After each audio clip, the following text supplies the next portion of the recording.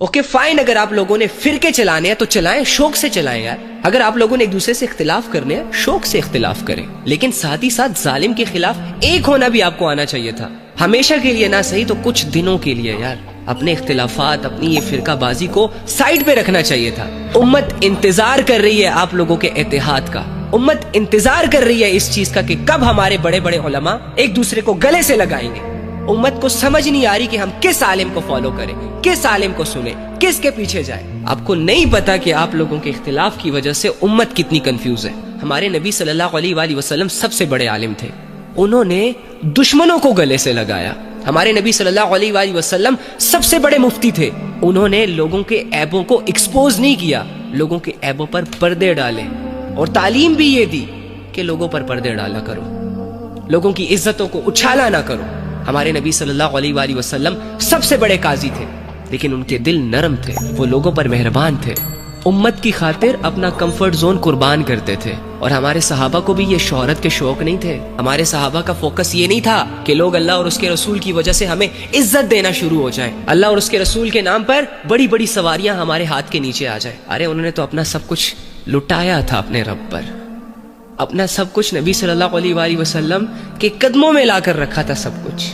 میرا عالم، میرا مفتی اپنی مہ سے نہیں نکل رہا، ممبروں پر بیٹھ کے ایک دوسرے کو گالیاں، ایک دوسرے کو تنقید.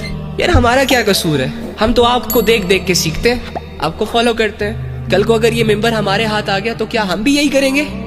آپ بیٹھ کر ہمیں اپریشیٹ کریں گے؟ خدا رہا میں ہاتھ جوڑ کے ریکویسٹ کرتا ہوں بڑے بڑے علماء سے، جن کو اللہ رب العزت نے فالوورشپ دی ہے، جن کو لوگ سنتے ہیں، جن کو لوگ عزت دیتے ہیں، اگر سب کے سامنے شرم آ رہی ہے ایک دوسرے سے ملنے میں، ایک دوسرے سے معافی مانگ کر ایک دوسرے کو گلے لگانے میں، تو چھپ چھپ کر چلے جائیں ایک دوسرے کے پاس یار، لیکن ایک ہو جائیں. آپ کے ایک ہونے سے امت کے دلوں سے ڈاؤٹس نکلیں گے، کنفیوژنز نکلیں گی.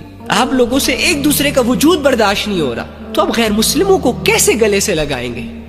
دعوے آپ کے یہ ہے کہ پوری دنیا میں ہم نے اسلام کو پھیلانا ہے، اسلام کو نافذ کرنا ہے، جبکہ حال یہ ہے کہ ایک فرقہ دوسرے فرقے سے محبت نہیں کر پا رہا. ارے یہ فلسطین کا معاملہ تو ایسا معاملہ ہے کہ اللہ رب العزت نے آپ کو یہ پروو کرنے کا موقع دیا کہ اپنے آپ کو تم ساری عمر مسلمان کہتے ہو نا، لو فلسطین کی ماؤں اور بچیوں پر ظلم ہو رہا ہے، اب پروو کرو اپنی محبت جو تمہیں اسلام سے ہے، جو تمہیں اللہ اور اس کے رسول سے ہے. تم لوگ تھے نا جو دعوے کر رہے تھے کہ جہاں پر بھی ہماری ماؤں اور بیٹیوں پر ظلم کیا جائے گا ہم سب اکٹھے ہو کر آواز اٹھائیں گے. کہاں ہے؟ ان دعووں کو پروو کرنے کے لیے تو اللہ رب العزت نے فلسطین کا میدان سجایا تھا. واللہ علماء ہمارے سروں کے تاج ہیں. ہم کچھ بھی کر لیں نا، کچھ بھی کر لیں، بڑی سے بڑی ڈگریاں بھی کیوں نہ لے لیں، لیکن جو علماء کے پاس ہے ہم کبھی بھی اس تک پہنچ ہی نہیں سکتے. جس دن ایک عالم کو یہ پتا چل گیا نا کہ اس کے سینے میں جو ہے اس کے لیے پوری دنیا ترس رہی ہے، اس کو اللہ رب العزت نے جو علم، جو شعور، جو فلسفہ، جو ہمت اور طاقت اور ایمان دیا ہے نا، اس کے لیے پوری دنیا ترس رہی ہے. اس دن یہ عالم اپنے آپ کو مظلوم نہیں سمجھے گا، غریب نہیں سمجھے گا، لاچار اور بے بس نہیں سمجھے گا.